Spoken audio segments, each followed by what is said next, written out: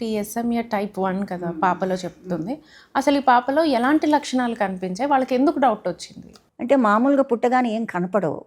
వాళ్ళు పెరిగే కొద్దీ వాళ్ళ మెడలు నిలబడిపోవడము అది గమనిస్తారు తల్లిదండ్రులు. అది కాకుండా కాళ్ళు ఆడకపోవడం, పిల్లలు కాళ్ళు కదిలిస్తారు కదా, అంటే కండరాల బలహీనత వల్ల. తర్వాత ఫీడింగ్ డిఫికల్టీస్, పాలు తాగకపోవడం, అంటే సరిగ్గా మింగకపోవడము, బ్రీదింగ్ డిఫికల్టీస్, రెస్పిరేటరీ ప్రాబ్లమ్స్ రావచ్చు.